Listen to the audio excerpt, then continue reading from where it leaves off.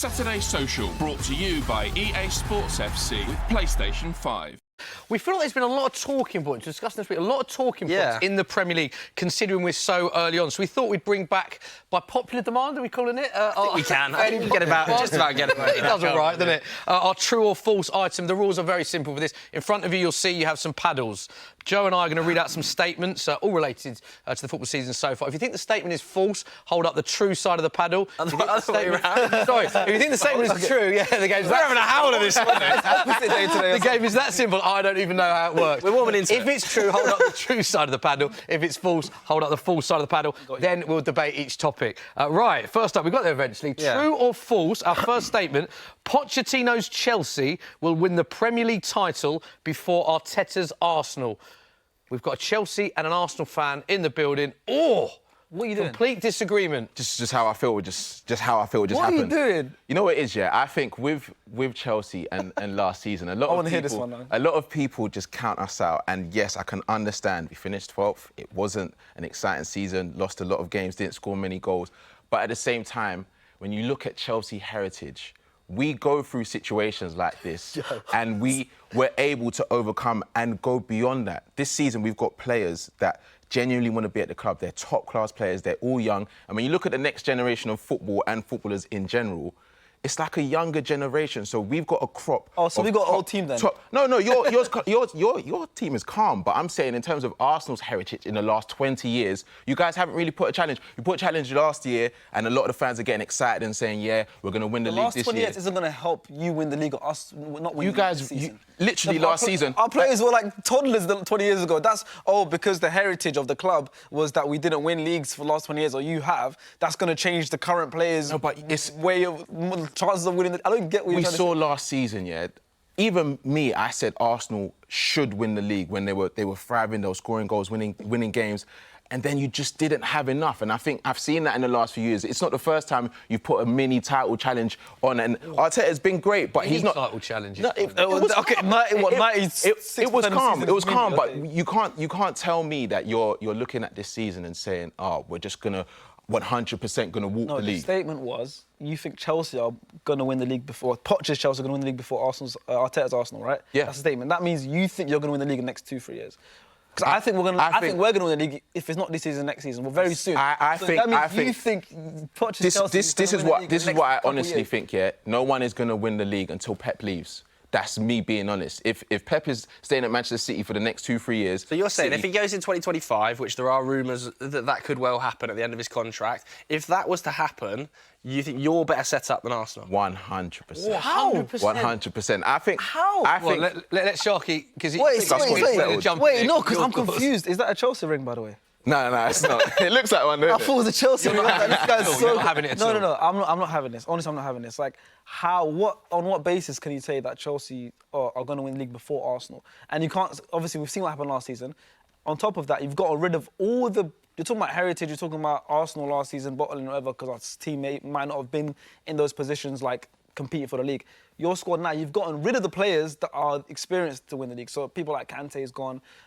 People, just winners, the Champions League, all your Champions League winners are basically gone. Thiago Silva's still there, but he's obviously not going to be the only person who's going to be able to help you. Reece James is in and out of the team. So you're playing a new team completely. Right. And, of course, they need time to grow together, but so do we. And also, our squad last season experienced what it's like to not dominate, but be top of the league the whole season, fall at the end.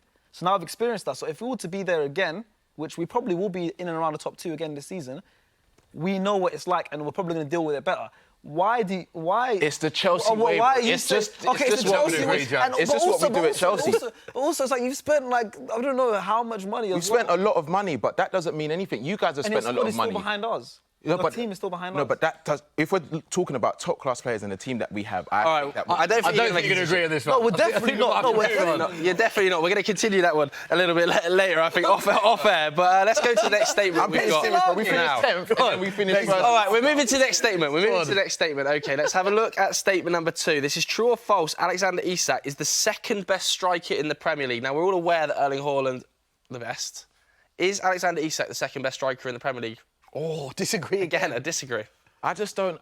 I really like Isak. I think he's a great player, but I don't know, the sample size is too small for me. Like last Scored season, 10 goals last season. He did score 10 goals, and he only came in January. And that's fine, but I feel like you're even as an Arsenal fan, you're telling me he's better than Gabby Jesus. You're telling me that he's better than Ollie Watkins. So who's the second best striker in the Premier League? I think it's a toss-up. I don't think that Isak is the... Yeah, between them. Jesus, Watkins, I'd put Tony last season. I'd put Isak's Tony not in that conversation. category.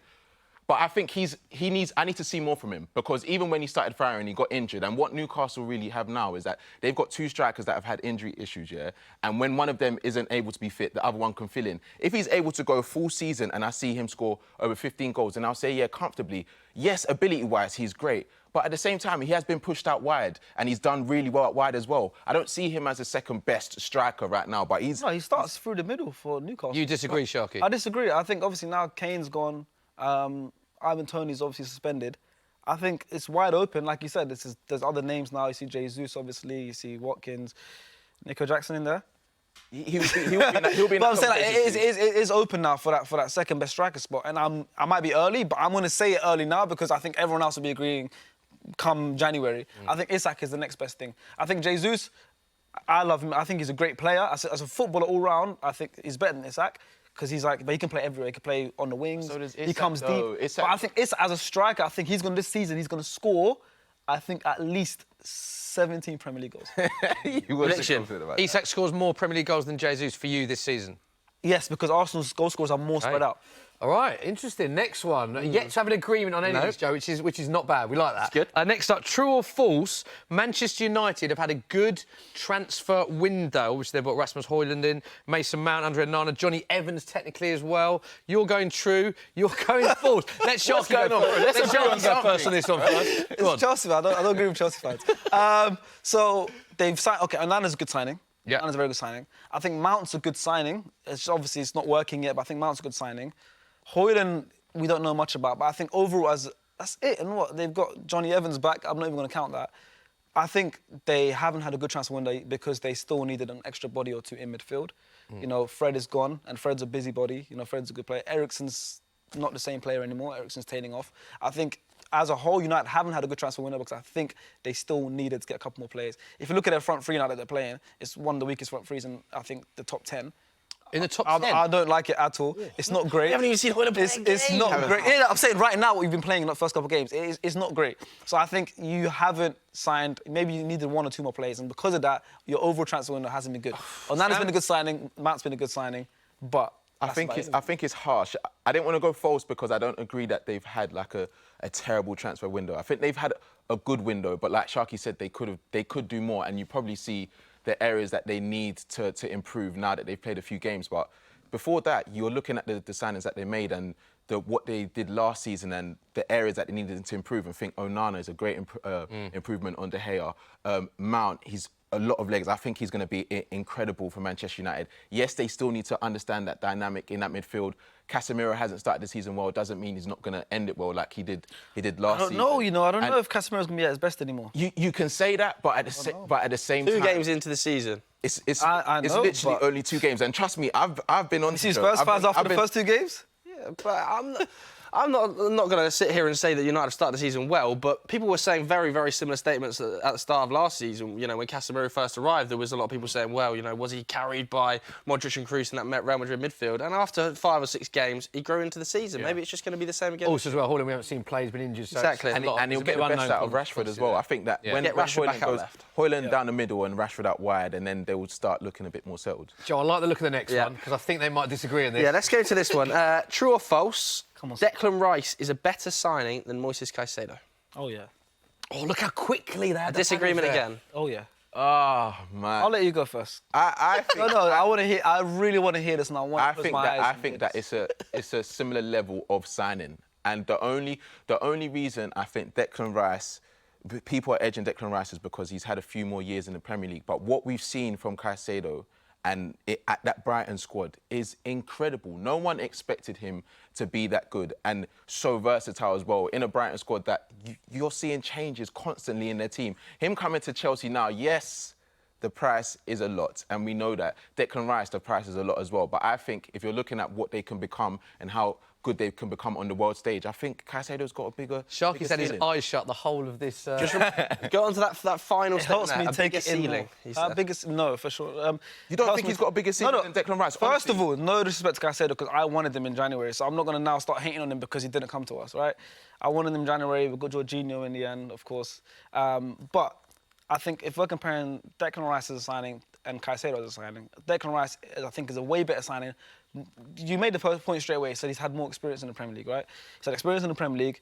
He's, for a club such as big as West Ham, obviously the history, everything about the club is massive. He's been their captain. They won a trophy there. England with the Euros, he played every single game basically, got all the way to the final. He's already got the World Cup experience of England as well. He's beyond his years. You know, he's one of those players that I look at and I'm like, this guy's like, he's like a 30-year-old. But you can say the same about Caicedo, No, though. I don't think you can. You can. But I'm saying Rice been playing first-team Premier League football with West Ham in the Premier League for, I don't know, like 4 seasons, 4 seasons, however long it's been. And I think at Arsenal, I think he suits us so well, and his legs.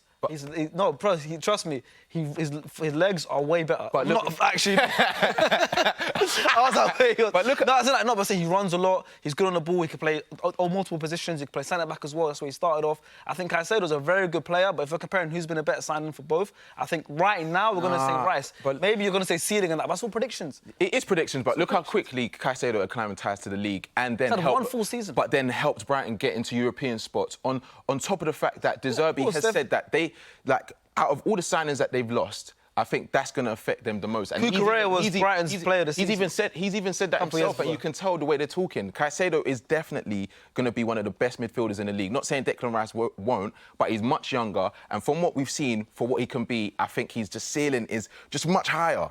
Brighton's got a good system, you know. So now we see how they're going to do when they move to a different club. You've seen Cucurella. Basuma's first season wasn't good. Spurs, Brighton's more of a system team. But Basuma this season looks incredible. And it brings us perfectly onto our next player, because speaking of Brighton, we're going to talk about Karim Mitoma. Ooh, that goal! Fan of Mitoma. What a goal, yeah. True or false, Karim Mitoma is the most underrated current Premier League player. You mentioned Brighton's recruitment. This is another one they've just got so right. But is he the most underrated player? You're both going false. Thank you. I agree. Finally, man. It's good to have you back, man. Why false? And if he isn't, who is? I don't think he's underrated anymore. In that Brighton squad, you look at what they achieved last season and how good he was for them. He was incredible. He was a player that teams would probably look at and say, you know, we need to stop him. If we want to stop Brighton, we stop him. I think if we're looking at that Brighton squad now, who's probably most underrated and Ciso, obviously he's... Stupinan, do you think? I think he's underrated. But I don't think he's underrated anymore. I think because Brighton are so good at creating these stars and putting them on that stage now, they become rated so quickly. It's like almost as if, who's going to be next? He's good now. Like, and that's just what happens with Brighton. So I think Mitoma, definitely not underrated. I agree. I think he's a top player, but I think it's gone past that underrated tag now. I think everyone knows how good he is. Everyone talks about Mitoma. Brighton, everyone's got eyes on Brighton now, so we can't even put Evan Ferguson as underrated because everyone already is raving about him, right. You know, even though he's 18. I think underrated is more like where not a lot of people are talking about them, not a lot of people are noticing them, but they're improving the team. Maybe? Yeah, someone like Solly March at Brighton is very underrated, but I think Trossard is the most underrated player in the Premier League. Ooh, okay. I think Fabian Schär. Fabian Schär's not bad. Oh, that's a good shout. Yeah, that's a very good shout. Nobody really talks about him, do they? Rico Henry I'd chuck in as well. Very good. Let's go to the next true or false, though, and this is going to be related to Everton. Obviously, a very sticky start to the season for them. Will they be in the Premier League next season? True or false? No. Ooh, agreement. Won't. It's time to go. You think they're both going relegated? Yeah, I'm half and half of Everton because I think they've still got a decent squad, and then when you look at the squads, they have a decent squad compared to the clubs that have come up, for example, like Sheffield United, Luton. I just think they're gonna miss a out-and-out striker that can bag week in, week out. Calvert-Lewin has been unfortunate with injuries. Yeah, unlucky, isn't he? And it's really sad to see because you can tell when he gets games going, he can be that main man for them. But yeah, I think if they don't get any signings in it, they might struggle. Yeah, no, I think they've been flirting with relegation now for a couple of years with Lampard, and then obviously when Dyche came in. I think now this season is when they've spent so much money over the last how many years. They've got so many managers. I think I read recently Seamus Coleman has played under 12 different managers at Everton. It's insane. So, like, I think they just haven't been ran correctly, and I think Everton fans can agree. And then now I think it's just gotten to that point where it's just too much, and I think they're going to go down, and they're going to really struggle if they don't go down. They'll struggle regardless. They'll be down there. Okay. Sure. Last statement, true or false? I like this Smithy's happy about this one. True or false? Ange Postecoglou is the best new managerial appointment in the league. Ooh. What are you saying? It's been 2 games. Sam's going true. Go on. You're going true, so you're not backing Poch then?